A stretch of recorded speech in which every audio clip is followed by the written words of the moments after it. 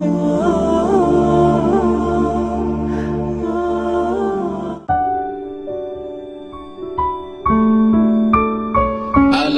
fil jasadi mudghah, ketahuilah di dalam jasadmu itu ada segumpal. Idza saluhat, kalau dia baik, saluhal jasadu kulluh, yang lain ikut menjadi baik. Wa idza fasadat, kalau dia rusak, fasadal jasadu kulluh, yang lain ikut menjadi rusak. Di mana dia? Ala wahyal qalb, dia adalah hati. Maka yang pertama kali menghitam itu apa kata Allah?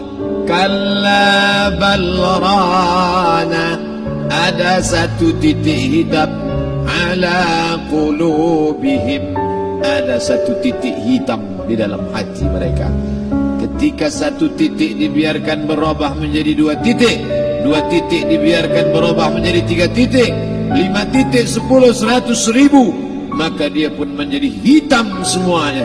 Ketika hati sudah hitam, maka itulah azab di atas azab. Khatamallahu ala qulubihim. Setelah hati menghitam, terkunci, menular ke telinga. Wa ala sam'ihim. Setelah telinga, wa ala absarihim ghisyawah.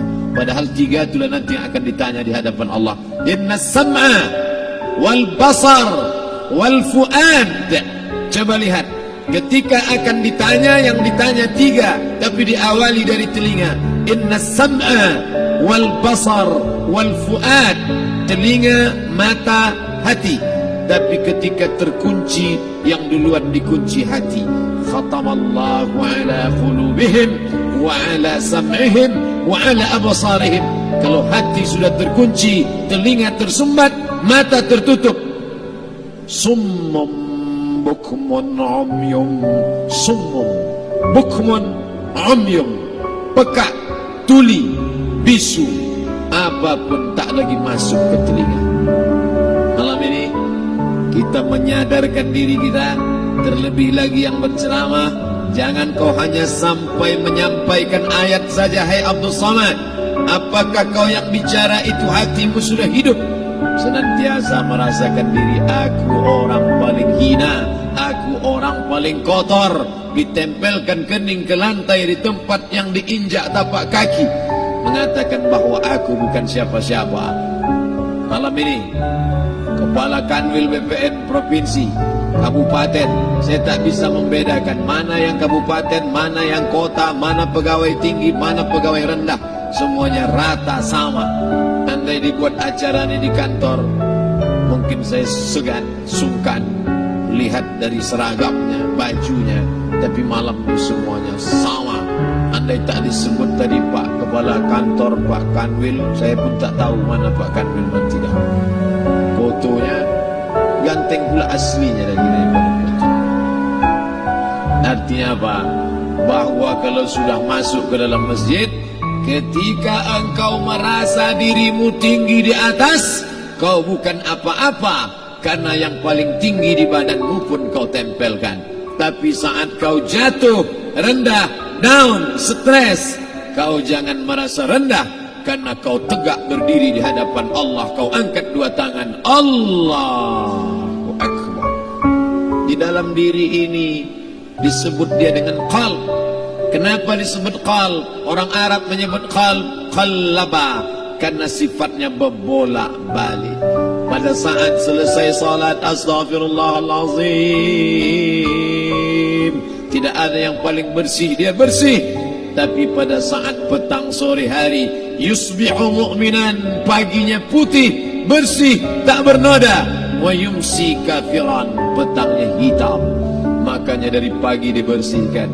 Salat subuh bersih, salat zuhur bersih, condong matahari salat asar bersih, tenggelam matahari salat maghrib bersih, sempurna gelap malam salat isya bersih, tengah malam bangun tahajud munajat di tengah malam orang tertidur.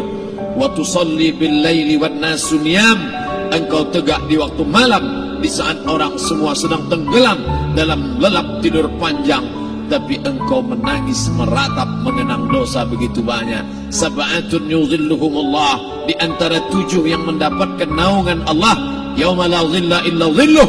Hari itu tak ada naungan kecuali naungan Allah.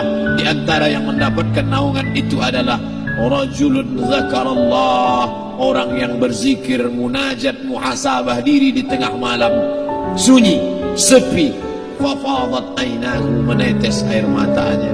Berapa banyak sudah harta dititipkan Allah, berapa kupakai untuk zakat, wakaf, infak, sedekah, wasiat, hibah, ghanimah, harta rampasan perang di zaman Nabi. 7 harta yang akan menolong di hadapan Allah, 1 pun tak dipakai.